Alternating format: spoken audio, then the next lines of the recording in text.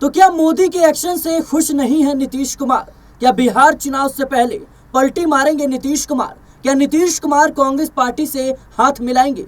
दर्शकों, जहां एक तरफ देखा जाए तो पहलगाम आतंकी हमले के बाद भारत ने पाकिस्तान के खिलाफ ताबड़तोड़ एक्शन लिया और कहीं ना कहीं आतंकी ठिकानों को निशाना बनाया, तो वहीं नीतीश कुमार की पार्टी जेडीयू का बड़ा बयान सामने आया है।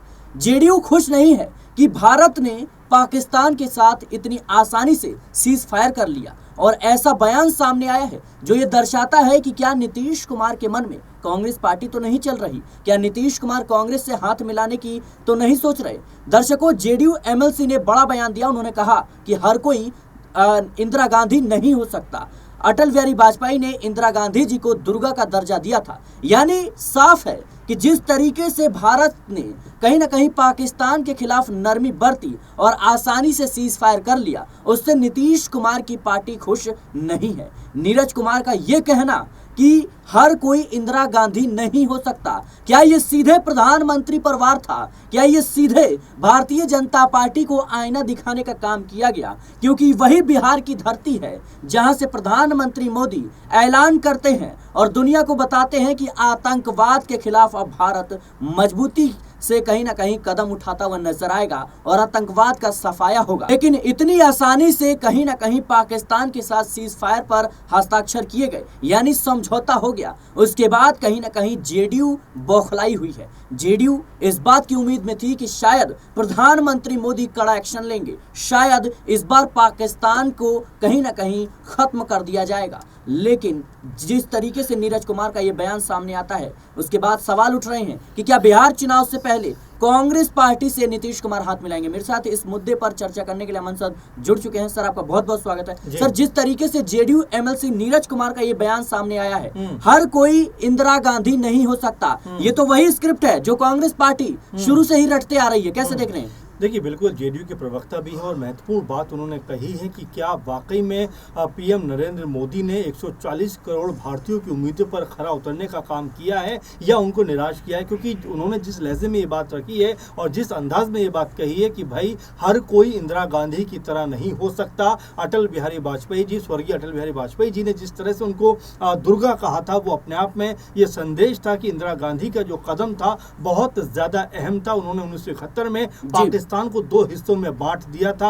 अब जबकि 22 अप्रैल को पहलगाम में एक बड़ा और क्रूर आतंकी हमला होता है जिसमें निर्दोष लोगों की निर्मम हत्या कर दी जाती है, उसके बाद पूरे देश में उबाल आ जाता है कि पाकिस्तान को अब उसी की भाषा में जवाब देना चाहिए। और भारत ने 7 मई की रात में जिस तरह से मिसाइल अटैक के जरिए पाकिस्तान के 8-10 जो आतंकी ठिकाने थे उनको नस्ते नाबूद करने का काम किया, जिस तरह से उनके आतंकी ठिकाने तबाह करने का काम किया, हर भारतीय सोच रहा था कि अब पीओके भारत के हिस्से में आने वाला है, बलूचिस्तान एक अलग देश बन जाएगा। यानी कि अलग अलग तरह की थ्योरी, अलग अलग तरह के विचार निकल के सामने आ रहे थे। लेकिन महज 1 से 2 दिनों के अंदर जिस तरह से युद्ध विराम के ऊपर दोनों देश सहमत हो जाते हैं, और उससे महत्वपूर्ण बात कि यहाँ पे ट्रंप जो अमेरिकी राष्ट्रपति हैं वो ट्वीट करके कहते हुए नजर आते हैं कि भाई मध्यस्थता हमने की है, हमने मीडिएटर बने हैं। उसके बाद दोनों देश समझौता करने को राजी हुए। अब हर कोई ये पूछ रहा है कि आखिर देश के प्रधानमंत्री ने अपने आप ये अनाउंसमेंट क्यों किया? कोई तीसरा देश हमारे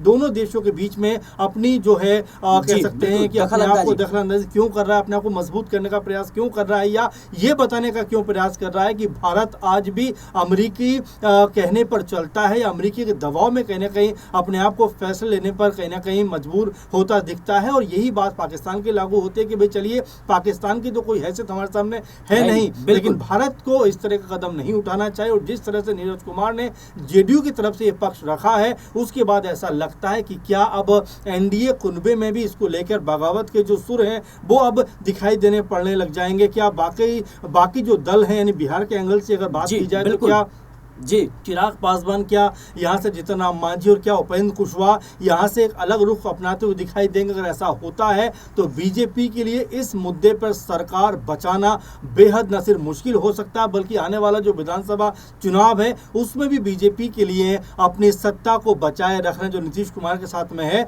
मेरे ख्याल में मुश्किल होने वाला है। सर, पहलगाम आतंकी हमले के बाद जिस तरीके से कह सकते हैं प्रधानमंत्री मोदी ने बिहार की धरती से ये ऐलान किया कि आतंक आतंकवाद के खिलाफ भारत कड़ा जो है एक्शन लेते हुए नजर आएगा। लेकिन जितनी आसानी के साथ पाकिस्तान के कहीं ना कहीं साथ सीज फायर पर हस्ताक्षर हुए, समझौता हुआ, और उसमें अमेरिका जो ये दावा कर रहा है कि अमेरिका की महत्वपूर्ण भूमिका रही है, क्या लगता है आपको कि इस माहौल को कहीं ना कहीं नीतीश कुमार की पार्टी समझ चुकी है कि यहाँ पर जो प्रधानमंत्री मोदी से जो एक्सपेक्ट किया जा रहा था, जनता जो उम्मीद जता रही थी वो नहीं हुआ? देखिए सिराज, आप समझिए बिहार में जब मोदी जी थे, रैली कर रहे थे, उस मंच पर नीतीश कुमार भी मौजूद थे, ललन सिंह भी मौजूद थे। पॉलिटिकल तौर पर अलग बात करेंगे, लेकिन जिस तरह से मोदी जी ने बिहार की जनता को और बिहार की सरजमीन से इस पैगाम दिया, संदेश दिया कि पाकिस्तान के द्वारा पोषित जो आतंकवादी हैं उनको ऐसी सजा मिलेगी जो उन्होंने कल्पना में भी नहीं सोची थी। तो आज तमाम जो रिपोर्टर्स हैं,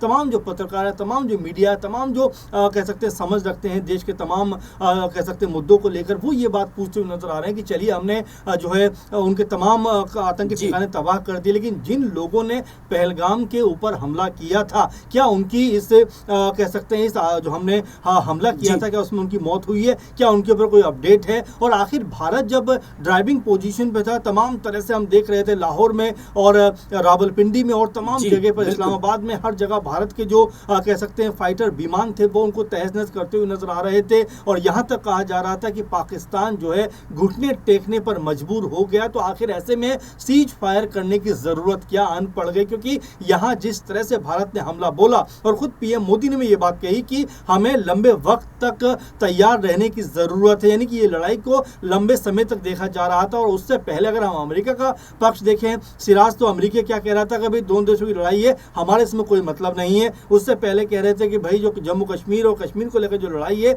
ये हजारों साल सर, महत्वपूर्ण बात यह है कि सीज फायर होने के बावजूद पाकिस्तान की तरफ से कहीं ना कहीं गोलीबारी की गई, ड्रोन हमले किए गए। इसी को लेकर नीरज कुमार कह रहे हैं कि भाई इतनी आसानी से पाकिस्तान को आप लोगों ने छोड़ कैसे दिया? देखिए बिल्कुल, और सिर्फ नीरज कुमार नहीं कह रहे, सचिन पायलट ने भी कल ये मुद्दा उठाया कि जब सीज फायर हो गया है तो आखिर पाकिस्तान की तरफ से सीमा के ऊपर गोलीबारी क्यों हो रही है, क्यों अभी भी उनकी तरफ से हमला होता हुआ दिखाई पड़ रहा है? यानी कि कई ऐसे सवाल है जो अभी भी जस के तस बने हुए हैं। मोदी सरकार खुलकर अपना कोई स्टेटमेंट नहीं रख रही है। कुछ लोग ये कहते हुए नजर आते हैं बीजेपी के कि भाई इसमें ट्रंप की कोई भूमिका नहीं है, कुछ लोग कुछ और कहते हुए नजर आते हैं। तो देश के सामने तस्वीर बन रही है वो बड़ी कंफ्यूजिंग वाली बन रही है, बड़ा कंफ्यूज कहने के देश हो रहा है कि आखिर मोदी सरकार ने किस तरह से और क्यों ये फैसला किया। अब जब उनके सहयोगी दल लगातार इसके ऊपर सवाल उठा रहे हैं, सिराज लगातार इसके ऊपर ये कहते हुए नजर आ रहे हैं कि जो हमला भारत को कहीं ना कहीं ये दिखा रहा था दुनिया में कि उन्होंने जिस तरह से पाकिस्तान को उन्हीं की मांद में घेरा, उनको ये हमला इतनी जल्दी नहीं रोकना चाहिए था, पाकिस्तान को घुटनों के बल पे लेके आना चाहिए था। लेकिन यहाँ पर कहीं ना कहीं पाकिस्तान ने ये साबित कर दिया कि वो बराबरी पर आकर खड़े हुए थे, उन्होंने हार नहीं मानी। इससे अंतर्राष्ट्रीय स्तर पर कहीं ना कहीं भारत की छवि है उसके ऊपर असर पड़ रहा है, क्योंकि हमारा जिस तरह से आर्मी के जवानों ने, जिस तरह से समूची आर्मी ने, पूरे देश ने एकजुट होकर एक साथ आकर आवाज लगाई कि अब आतंक का खात्मा होना चाहिए। और उसके एवज में जिस तरह सेना ने ताबड़तोड़ हमले किए उससे पाकिस्तान के अंदर कपकपी आ गई थी, थर्राट आ गई थी। लेकिन जिस तरह से अमेरिकी कुछ भी कह सकते हैं, दबाव कह सकते हैं, उनके मध्यस्थता कह सकते हैं, लेकिन जो जानकार हैं वो ये मान रहे हैं कि अमेरिकी प्रभाव में आकर ये फैसला किया गया है जो भारत कभी भी एक्सेप्ट नहीं करेगा। बिल्कुल दर्शकों, जाहिर सी बात है कि जिस तरीके से नीतीश कुमार की पार्टी की तरफ से ये बयान सामने आया है उसके बाद सवाल उठने लगे हैं कि क्या नीतीश कुमार अब कांग्रेस की राह देखते हुए नजर आएंगे, क्या नीतीश कुमार इंडिया गठबंधन में वापसी करेंगे? क्योंकि देखा जाए तो माहौल तो इस वक्त पूरा बनाया गया था और प्रधानमंत्री मोदी से इस वक्त तमाम जो सत्ता पक्ष हो या विपक्ष की पार्टियां हो या नेता हो